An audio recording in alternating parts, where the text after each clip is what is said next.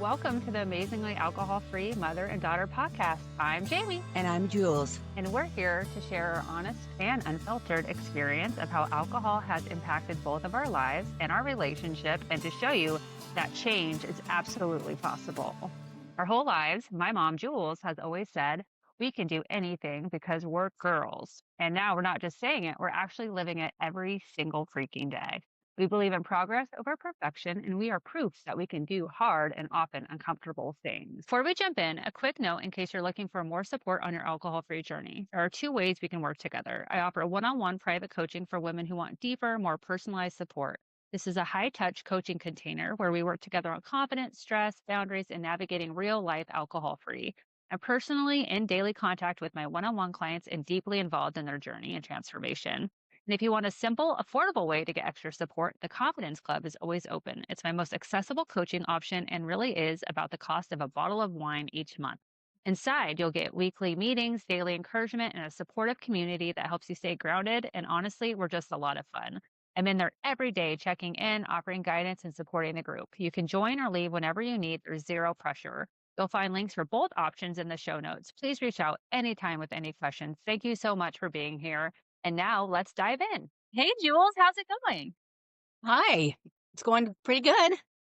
How are you doing? How's your holidays? I know we haven't recorded a podcast in a while because we did this on a whim. We produced 4 episodes very quickly, and then the holidays came and we're like, oh crap. We kind of ran out of time because I was going on vacation, Christmas, you got really sick. So now we're back and I'm excited because I want to start releasing these every week. That's my plan. So this is our first podcast of 2026, which is super freaking cool, episode 5. But how are you, Jules? How was your holidays? You are literally been sick for weeks. I think you might still have a cough, so you might be coughing on here, but that's okay. It's okay. 4 weeks, I think now. But feel a lot better today, finally, but I still have this cough. So I actually missed Christmas Eve and Christmas. I was in bed at Jamie's house, like downstairs. Right here. I was so sick. I mean, it just came on me like crazy. So I kind of missed the holidays a little bit. So, and I didn't want to be around anybody in case they got sick from me. So, and Jamie wasn't feeling too great, but she didn't get that full on flu like I did. So anyway, other than that, yesterday was the first time I've been out of the house, like except for the yard. Todd and I went downtown to the post office. First time since Christmas when we got back from your house. Yes. That's crazy. And Todd is her husband, just so you guys know. Yes. And yeah, and one of the things I was thinking about, and I think about this a lot, specifically somebody in the Confidence Club or community this morning said that they woke up with a headache and they panicked for a second, like, wait, oh, thank goodness, it's not because it's a hangover, it's because I'm getting sick. And since I hit 3.5 years a few days ago, I'm alcohol free. And when I am sick, I get sick a lot less, 1, which is great. But 2, I am so appreciative like of my health. When I wake up sick, I'm just like want to feel good so badly. And I just appreciate that most of the days I feel really good. And I can't believe I used to force myself to feel like shit several days a week. And I was never a daily drinker. I drink probably 2-3 times a week, but I was a huge binge drinker. But that would usually give me hangovers for days. So I was sick so much or just never felt great. And so when I'm sick now, I'm just so freaking thankful. Like, why do we do that to ourselves? So do you feel that now too? Because you just hit a year alcohol free, which is freaking amazing. But do you feel that way?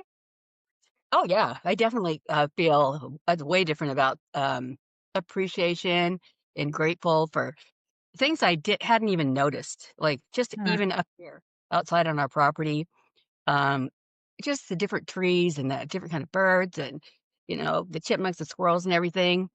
Like every day, that's just that kind of thing, just such a gift to me. And before, I just kind of isolated myself and did my own thing and just did a lot of, I think, kind of trying to just stay off the radar, you know. And so that's what I would do and not call my kids, for a couple days or something if I was going through something. But yeah, I definitely feel different now. Just so grateful I've always been grateful, but I didn't notice the things I'm noticing now at all. Like a lot. a lot of Right. memories coming, great memories are coming up, Mhm. um, month by month, really, and things I have thought Yeah. about, some good, some bad. Yeah. Um, but I'm starting to be able to feel, I guess, my feelings. Before, I didn't want to do that, Mhm. and so I would not do that at any cost. It's I Mhm. always joke about our family. Our family, we're Croatian. We have no feelings, so Yeah. you know, there's no feelings in his family. Yeah, But we're tough. We're tough. yeah, And that's when we say right. like you Well, pull yourself by your bootstraps or that's it. Exactly. So, um, and now I'm much more present in every way. And I'm enjoying life. I was getting to the point a year ago, and I was doing a lot of pills at the same time, prescription pills and that too, alcohol. And I got to the point where I thought, I'm not going to be around much longer. yeah. Felt that bad. And I had, my doctor said my liver was starting to have bad, lab results again. It was 100%. Yeah. Mhm. Years and my kidneys and all that. And he said, "Your labs are off." So I thought, this not, I know a certain amount about labs, but I look at, of course, you look it up too, and it wasn't good. I mean, and now my liver's 100% perfect, even this past year, because I had liver damage from drinking, Mm. and it's 100%. I just had my labs done about 2 months ago, and it said my liver was perfect. Wow, that feels so good. That's like incredible. Because I know at one point you did have liver failure, and I know you're Oh, planning on talking about that at some point, maybe the next episode. But to see like how you can heal yourself and heal your liver, and I think a lot of people when they quit drinking, they're so worried about what they've done to their bodies and their liver, but it can. I mean, it's very powerful, and it can. I don't know what's the word, regenerate itself. I don't even know how you say that, but like it's crazy. Yeah. Um, well, from what I understood, I pretty much had complete liver failure. Yeah. I don't know how that, if I had a little bit, still or function, but I don't know. But Yeah. they called it liver failure, and Yeah. I was feeling, I wasn't feeling good at all, and I started really worrying, Mhm. about my health and that, and just went. Well, I only joined um your club because I was trying to be supportive of you. Yeah. Didn't really have high expectations of me really getting into it or quitting drinking or, might say I, slowed down or something. But little by little, I just started to, I wanted to feel better. And your program is so different than AA and different things I've been to, and rehab and stuff. Yeah. And, those programs help millions of people, but your program is so different. It's a Yeah. different mindset. And it's like, even if you want to slow down, so there's the pressure isn't as huge as it would be Right. when you're, in rehab or something. It's like you're quitting, you're Yeah. going to quit and that's it. Um, so I just it's a total different experience for me, and I'm a very private person, and little by Mm. little, I just start coming out of my shell, and I just start talking about with this, group of women. They're so amazing. Always have your back. Mm. Mm. Somebody's always have your back 24/7, really, in this club. It's amazing, to me. I always feel supported. If Mm. it's not Jamie, it's somebody in the club, and we're just I could text in the middle of the night, and someone will be on there, most Mhm. likely, and, yeah, I Yeah. could talk to if I want to, and it's just, the movement thing, the getting healthier a little bit, Yeah. the movement, that was something I've never been good at structured exercise. But, Mhm. James said, "You don't have to do it for 30 minutes a day. Just start at Huh. 5 minutes. Go outside for 5 or 10 Right. minutes." And now I'm walking, more, I don't know, just probably a mile or something and back. But, it's just, this whole experience has been life changing for me. Um, Oh. and slowly I was thinking, "You know what? I kinda like the way I'm feeling." So I didn't drink. And Yeah. then for a while there, I kept thinking, "Well, I'll just have a little bit." And then I thought, "Well, no, I'm just gonna really try and don't have alcohol this time." Yeah. I've attempted it other times, but not really seriously. And it just worked for me. Um, the program, the people, just the support has been Mhm. amazing, and I could tell these women, like I said, I'm very private, and my confidentiality is, like, Yeah. so high priority for me, it always has been, but I could tell these women anything, and my own Yeah. daughter now too. I don't have to hide from her, I don't have to, Right? isolate and disappear for 3 days because, Yes. I'm taking too many pills or drinking alcohol with it and not, not myself, messed up or Yeah. whatever. And I've been off Ambien now. I'm glad that you didn't let me have Ambien at Christmas when I wanted it when I was sick. She was, I wanted okay. it badly. She was begging for it, but okay. So Jules was so sick and it was Christmas Eve and I was running our confidence club meeting at like 10 in the morning and Jules was down here in bed. And then I think she just fell asleep. And then she never came out of the room for like 25, 26 hours. And then when we came back down on Christmas Day, and it was really sad, her Christmas Eve dinner was still in the fridge like the next day. And I just felt so bad because it's really special because we have two little kiddos and it's like prime time for Christmas. Like it's not going to be like this much longer because they'll start figuring things out. They're 4 and 8. And she was sitting here and we came back and she was just like, I need an Ambien. Like I need an Ambien because she was just feeling so bad. Like, and Jules, your immune system's not great because you're rheumatoid. So like you just Yes, it's get terrible. so sick. And I was like, no, because that was because you joined. I did a winter program with the ladies that I work with, and that was your goal. Your intention for the winter program was not to have Ambien. And so, It's but been, so uh, it's been, let's see, 4 weeks now. So I actually got through that, but I thought the only thing's going to make me feel better from this illness is an Ambien because I can't drink, uh, I can't drink to make myself feel better. I don't want to do that because it's not going to feel better anyway. But I thought, oh, just 1 or 2 Ambien, I'll get through, get back home, yeah, this hour drive and feel better. yeah, And John was like, sorry, you said you just have to, ride through it and, go home and go to bed and, yeah, take care of it and take care of you and take care of yourself. And, you mhm. know, and that's what I did, and I didn't do the Ambien thing. I'm So, if I so had right proud. now, I'm not saying I wouldn't have done it if I had my Yeah, own, but I didn't. Um, but Todd had, like, 2, I think, with him. He goes, "There's no way I'm giving that to you." Because "You worked too hard yeah, to get this far." yes. And he just Oh it's, my but gosh. anyway, a lot of things have been happening. I'm almost 70, and Um, all those years of drinking, the only time I didn't really drink too much was when my son was born. Um, and then when Jamie was born, but in between, I just drank and had my different pills I took for weight loss and anxiety and uh, ADHD and muscle relaxers and the Ambien and all that kind of stuff. It was just part of my life, big part of my life. yeah, So I see things so differently now. Um, I really feel like I'm becoming a different person. And, yeah, you are. Question.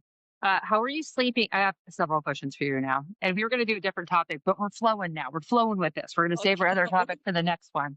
Okay. So, how are you sleeping now? Because you said it's been about 4 weeks from Ambien. And I also know on when we were here for Christmas, my brother Dave was here too. And you even asked him for Ambien, and he said absolutely not. So you were literally like grasping, you were asking it all. You were Oh, yeah. desperate. But we all said no, and we supported you because I was like, "You really want that?" Because at the end of the day, like, I'm not gonna stop you from doing what you wanna do, right? But I'm so proud of you for that. But since you've let go of Ambien, the last 4 weeks, how is your sleep? Is it actually better than when you take sleeping pills? I'm just curious. It is better overall. It's been a lot better because I've had sleep issues since I was 18, insomnia problems and that. Um, but right now, with all the snow and it's all this huge, massive snows coming off the roof all night long, and it makes this big crashing noise. So the last few nights I haven't slept great, and um, but overall, it's definitely improved a lot. Yeah, that's good. That's And good. I don't read, I don't do the social media thing so much because like I said, I have the ADHD and hyperactivity and that, and it just makes me not sleep. Yeah, I'll be on Yeah. there all night. That's why I start watching videos and stuff. It's so Yeah. it's so addicting, man. It's addicting, and it's like it's another like, and a lot of people like social media. It is like if you get kind of stuck in that, and that's what you're doing, you're scrolling at night. It's you're just numbing with that too, right? And I get addicted to it. It's hard for me. I've actually had really good sleep this week, and I've really focused on it. But one night this week, I stayed up till like 11, just like messy. I was like, what am I doing? And the whole time I'm like, go to bed, go to bed, go to bed. I'm like, why would I go to bed? You become more awake with all of the And I was stuff that like, you're watching. "What?" It's like, yeah, that's another big change in for the better for sure. But you've also been doing, because I know I coach on sleep routines and things like that, and I'm very honest about me. Like, I don't act like I'm as a coach perfect by any means. I'm like, I scroll at night, I do some things that, and so, but I've been really trying to have really healthy sleep habits. So I've been taking like magnesium at night, which helps, with that calming and like de-stressing. I've been trying to. I wash my face at night, and I have just a more routine. I do a sleep meditation for Peloton. I've been doing that for years, actually. I used to do it when I was a drinker, when I would just like pass out, but like I didn't even know I was doing that. But I was like doing my meditation. But have you started integrating better sleep routines at night that have been I have. helping you? Yeah. I have. Get off my phone. I try to get off my phone by 7:30, and I have, my self care routine. Before, I would just take my makeup off and wash my face with a wash rag, and put moisturizer on the next day. But now I actually have self care kind of a routine um, that I do, and then I get off social media at 7:30 if it's at all possible, and go to bed and watch movies. But I'm trying to stay up, a little bit later so I'll sleep. You know, don't if I go to bed at 7:30 or 8, then I'll get up at 12 saying I got my 4 hours in. So I'm adjusting that a little bit. But yeah, I'm enjoying that nighttime routine now. Sure. Yes, me too. I wanted to like, yeah, I think it's like all about the routines, and it's really down to self-care and self-regulation and like figuring out other things to do to help you de-stress without numbing yourself. So it's like simple things that you can integrate. It can take a lot of time, but they make you feel really good. Like the routines have been big, I think, for me. Like I feel so proud of myself when I have a morning routine or an evening routine and just getting my daily sparkle habits done. It just changes your entire mindset and really like how you're showing up for yourself every single day. It is so powerful with the power of the habits. And I think that's like a key thing too that like I love helping with women. Like it's just like simple structure you can add. It doesn't have to be like insane. It's not like you have to work out for 20 hours a day here. Like we're just saying like just spend a few minutes a day just making these tiny changes that really like add up to huge benefits, which is it's simple. It's really simple if you think about it, right? And it's fun to try different things at night, like because you're the queen of self care now. You never took care of yourself. You never. Oh, that's true. Um, I got out of the shower yesterday, and Todd says, he goes, "You smell like a girl today." You, I had all my self care products for my birthday, and I was Yeah. sitting there checking all this oil and everything out. He goes, "You smell like a girl again." Oh, thank you. Thank you, I man. said, "Thank That's you." like you're taking care of yourself. Ooh, you liking it. I really love that too. Uh, Yes. I do. And then the other thing that's really helped me with the nighttime routine is off the social media at 7:30, and then I always have a paper book I'm reading, a paperback book. Oh, I love a paperback book. That's like Going back to those now. yeah, I try to do audiobooks, and it's like I'm actually trying to listen to one right now that I bought a couple years ago, but just because I have it on like Audible, but I'm definitely big in the books. And I've always said this. I used to always buy books when I was a drinker at the airport. I would never read the freaking book. And now I read so many books and I love it. I really do try to read every day. And I read a few pages this morning. Even if my kids are running around me in the morning, I just sit there and I try to read just a few pages. But it's very calming. Specifically, like I love it in the morning, but at nighttime too. It really just helps you just calm everything down and get in that right mindset for sleep. Yeah, it helps me a lot. Yeah. I want to go back to something else that you said. So it's interesting. I actually posted on YouTube this morning. So I have a YouTube channel as well. And I actually well, I posted these on here as much as I can.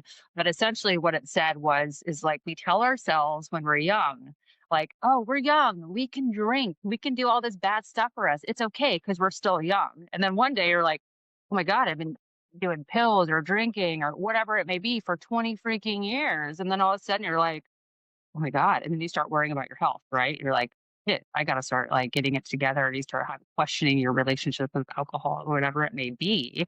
But it's like we're allowed to outgrow those things, right? And so it's interesting to me, like we were saying at the beginning of this, how we used to force ourselves to drink and to feel like crap, right? And so I know you talked about when you um, had that experience of like overdosing in the hospital and where you were told that you had complete liver failure and you continued to drink after that, right? And so I would like, why would you continue to drink if you were literally told you probably wouldn't make it? We were told you weren't going to make it to the night. Mhm. Why would you continue to drink if that's what you were told that you literally probably wouldn't live? That's a deep Well, question. That's a deep question, it Jules. And is, we've never when I got talked about this ever, ever. when when I got out of the hospital, like, my kidneys, I was on dialysis for, what, 5 weeks, 4 weeks, Yeah. and my kidneys started working, and my liver went back to normal, my kidneys went back to normal, and I thought, "Oh, I can have, I'll be fine if I just have a little bit here and there." Well, Mhm. that's that did not help me, so, then I had some surgeries, and then I was just like, "Oh," there was one point where I actually called a cab, and I had just got out of surgery on my foot. Called a cab and went in my walker thing down to Safeway with the cab driver, got a bottle of wine, and came back home. What, are you And serious? yeah, definitely serious. Tom was at work. Mm. You Yeah. know, I'm supposed to be basically, in bed or in a chair, recovering. And yeah, I was thinking, oh, I'll just get two because I probably won't be able to get the cab. Someone might find out, or, I'll get two bottles. This is all have it, next couple weeks. Well, it just didn't turn out well for me at all. It just kind of eased up a little bit more and a little bit more, and it wasn't just, once a month or one drink a week, or it just got to be way more than that. So, Yeah. Well, and that's the I thing. can't Yeah. tell you why. I still I swear I probably have 9 lives. I don't know, a good example of that, but yeah, it doesn't make any sense, does it, at all? And I think Yeah. about it now, I thought, "What was I thinking?" I couldn't walk on my own or anything. I'm on a walker, I Yeah. or like a scooter thing, and I'm getting out of a cab. I've got, like, pins in my foot, and my leg, and, metal in my leg and stuff, and I thought, "What in the heck am I doing?"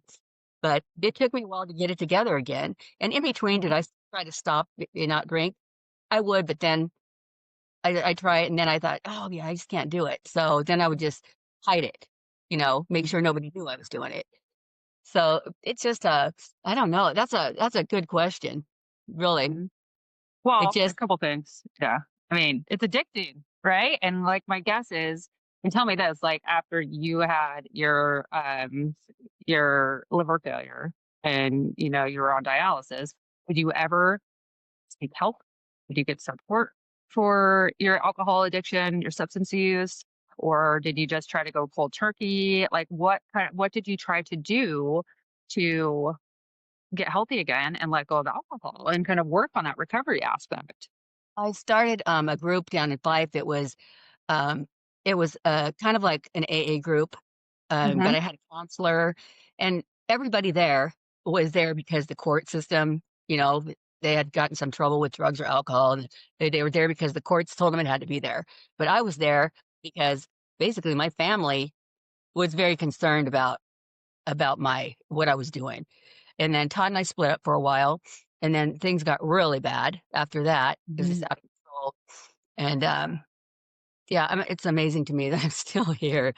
But even to that point, even though I wanted to quit drinking, and I was worried a little, I was worried, but I thought, oh, everything's perfect. My health's so good. Yeah. That's sick thinking. But not until a year ago when Jamie and I were talking about me joining the group. Like I said, I just did it to support her. I didn't think it was really going to help me, and that's all. To be Yeah. honest, I didn't really plan on that, but it's changed my life. I mean, I think that's huge too. And I think one of the things it's like alcohol is a level one carcinogen. It is addictive. And of course, you're going to go back. And a lot of us try to moderate, we try to change our relationship with drinking, but you've really got to put in that effort and that work and kind of figure out what's going to work best for you. Right. And so you've tried the groups program. It's probably a little bit different when everybody else is just kind of there because they had to be. And it's like you also have to be at the point where you want to stop, right? You want to start feeling better. And also, like, maybe, and that's why I love the daily sparkle habits and the community aspect of it because it makes you feel like you're not alone. It's a very positive environment where we cheer each other on. There's no judgment and shame. And I don't think you ever had that before. I know all of us, probably the family, we didn't make you feel good. We judged you. We made you feel like shit, and I think we didn't really understand it. And it took me a long time to, as I got certified as a coach and started going through my own journey to be able to be empathetic to you. Right. And so I just hope that you give yourself some like love and compassion and know it's hard, man. It's like hard, Jules. And I'm so glad that I you're do here. now. Yeah. I do now, and I don't have that guilt hanging over my head all the time, and Good. Yeah. that shame about not being honest or just Mhm. disappearing, or and then having my kids be worrying if I didn't, Yeah. 'cause I would text my kids like every morning, early in the morning to say have a good day, and then at night to have a good night. And if I don't come on there for a day or two, my kids are thinking, "What's going on?" And then 100%. Todd was really, it's wicks end, it's wits end too with it, with Mhm. everything that was going on with the pills and the alcohol too. Yeah. So anyway, it's turned out to be such a good thing for me, and it just Mhm. slowly, I kept up with it, day by day, not drinking, and then trying to do some of the other things, um, with the journaling and, uh, the getting together with the group and the meetings and that, and slowly it just started to fall into place. It felt right for me, and I didn't wanna drink Yeah. anymore. So, Oh, I'm so glad you're here. And I know that you're still putting in the work every day. And I don't think it's something too, and we've had conversations where you can get complacent with it, right? You have to keep showing up for yourself. And like if you suddenly just decide to disengage from this group and like your new daily habits that you're putting in, your journaling and all of that, like that could be a slippery slope for you. So I know for you, it's like you have to keep showing up every day, no matter how you're feeling. And if you're having a bad day, because we all have those hard days, right? Where you have to keep showing up for yourself. You share now how you're feeling. You let know, like, hey, I almost like I think the other day you had like a really deep craving, and you've been going through a lot the last few weeks. There's been flooding, there's been the holidays, which it's like a really hard, heavy time for us in the family with grief, with sickness, missing Christmas, like all the things, right? And yeah. so it's just like for you, I Yeah, think it it's can't like wear you're out. showing up every freaking day. And it's amazing. You really need to, to keep doing some of the things, even though I don't feel like doing them sometimes. I was just thinking, "Oh, I just want the day off. I don't wanna go to get on the club site or really talk to anybody." But I just really force myself to do it even if I don't feel like Hmm. doing it. And I think that's Yeah. kept me so much more on track. Um, Yeah. I still have days where I'm just like, "Oh, man," or something happens or I get anxiety and I think, "Oh, I just need a beer or a glass of wine." And so I'm Yeah. still in my head. That hasn't gone away altogether. Yeah. Now I think about it and think, "Okay, what's that gonna make me feel like after I do it?" Yeah. And Yeah. I don't want that feeling. So, but Yeah. I count on your group and the support that you give to your coaching and that, I really do. And But I don't think it's not like I think, "Oh, I'm always gonna be an alcoholic." I don't think that way, really, but I feel like just starting life over really as a different person and a different relationships that are much closer, more honest. mhm. So, Yeah. yeah, it's amazing, really. Do you But consider yourself an alcoholic? Never asked you no, that before. No. Yeah. not really. Uh, You know, yeah. you most people or a lot of people say, "Oh, yeah, if you have, Yeah. 3 drinks a week, you're an alcoholic," or whatever. Yeah. But with my Yeah. case, there's just so much addiction going Yeah. on on, you know, several sides, and, um, yeah, I never wanna go back to that life. Yeah. I know, right? Times where I would drink then I wouldn't think of how many pills I took, and then all of a sudden I'd get that feeling like, "Oh, no, I'm gonna overdose again." Yeah. And that what happened to me like several times where Yeah. I just like drinking gallons of water and walking outside. I thought, "Oh my god, I'm overdosing." It's like you've Oh, never experienced that, and I don't know if other people have, but it was just so scary. Like I thought, this mhm. time I'm probably gonna die. but I would still do it every now and then. I was Yeah. more careful about it, but I would still do it. Mhm. So, yeah, scary. Well, that's terrible. That's terrifying to live that way. And also, I think it's one of the things. It's like when you're drinking and you're doing pills and, multiple pills and mixing them up, and you forget when you start, you Exactly. forget how many you're taking. And you're like, Yeah. I forget if I took a vitamin in the morning. Like, you know what I mean? So if you're like stacking them up, but that's a terrifying way to live. And like, here's the thing, you changed it. You changed your life around. We're not saying it's easy by any means, but you can do it, right? And so I Yeah. think Yeah. yeah, and your story is so relatable. I know you're turning 70 in March. We had a surprise birthday for you in December because we wanted to So great. surprise you, but you're coming on 70 and you can freaking change your life, man. However old you are, whatever your story is, and you can do it. I think it's just you have to find what works for you. But for us, it's community. It's having daily sparkle habits, and it's just like supporting each other and just being honest and communicating. And I'm just so happy that you're at the place you There's no are. judgment. Nobody judges me. Yes. No matter what I say, how awful it might seem, to me or other people sometimes, I'm sure, just like, and I would never talk about that stuff. And I've never felt judged one time at Never. all. Never, not Never. once. And No. I even got to the point where I had went down to the library because I read they were handing out free Narcan, like Mhm. shots, just in case I would overdose. Then I'd have that to reverse it, just in case. Oh my I mean, God, mom. yeah, and that was what, a year ago, right before I started your program, and I got just have that on hand just in case, No.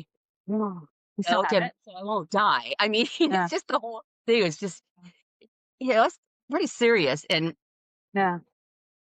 did I have an alcohol problem? I say definitely I did, but I still just don't think I don't like the term, "Oh, I'm an alcoholic forever," you know? Yeah. And the fact that you, instead of trying to change your relationship with alcohol and pills, you went to get Narcan just in case you needed it too. And so, like, what a change in over a year can do for somebody. I mean, it is incredible. Do you still have the Narcan? I'm just Yeah, curious. I What I does it still look? have it. Is it like Uh, what is Narcan that you put in your nose? What? the ones that I got from the, library are injections. Yeah. Oh I think they wow. have some nose spray too that they have now. Yeah. Yeah. Um, Oh my goodness. and Oh, people like the lady at the library said, "Oh, you never know when you're gonna have someone that coming by or like taking a walk, and they overdose, and you'd have that Narcan." And I thought to myself, I didn't think about that. I was thinking about just in case I needed it. right. Oh my Yeah, gosh. Well, that's great though that they're giving that out. Like the library, I love that library in Packwood, Washington, right Mount Rainier. But wow, what a fascinating this story. And I'm so glad that we talked about this today. We were going to talk about travel, so we'll save that for a future episode. Because we're just going with the flow here, Jules and myself, right? yeah, that's true. You never know what's gonna come up. I know. And honestly, I was thinking when we were talking about being sick really quickly, because I want to end this because we're trying to keep these shorter, is I had COVID the second time. And I think it was the summer I think it was 6 weeks or so before I quit drinking. I had COVID, but I was drinking the entire time because I wanted to feel better. I just remember that when we were talking about that. It wasn't like my first time I had COVID, it was really bad. And then the second, haven't had it since then. But the second it was shitty. But I remember, and I even went to the brewery. So we were on Whidbey Island and I was drinking and we went to the brewery and I was like, and it was also during like the COVID kind of time. It was still like back then when we were still being very careful. And I remember I was out there and I felt so guilty because I was there. I was like drinking my beer with the kids. And I just, the whole time I had this like whole just mental, like, okay, this seems wrong, but I need to have some beer. I want to have some fun. I'm not feeling good. It's like, why would I prioritize my drinking other than feel better? And you know that it just delays you feeling better in the first place. Like these are the things that we do to ourselves, right? And so and a lot of us have done this. We've done it, man. And it's like, so I'm just so glad that I passed that stage. And I hope for anybody listening that like you can change your relationship with alcohol, pills, or whatever it may be. It's just you gotta start with an action and whatever it may be, community, maybe one-on-one coaching, AA, whatever it is, just maybe just moving your body, journaling, like, you could do it. You just gotta start with a step, you know? Yeah, I actually even took one of your yoga classes, but So that's the proud of first you. time for me. Yes. Yes. I know, I'm so proud of you. I think after that, you were like, you were so chill. You were just like relaxed. I was like, "Jules, I don't know if I've ever seen you that relaxed without anything in Thank your system." you. Yeah, I'm very, Mm. busy, if you might say, I have and a busy body too. kind of just high strung, and I've always gotta be doing something, and that Yeah. just wiped me out. I was like, "Oh, man, this is the best feeling." Almost felt like I'd go to Right. sleep. Yeah, it's awesome. Mhm. Okay, well, awesome. Well, is there anything else you want to add before we end this fifth episode of the pod? I don't think so. Just everybody have a great rest of the weekend. That's Yes, about it. yeah, have a great rest of the weekend, whenever you're listening to this. We're so glad that you're here.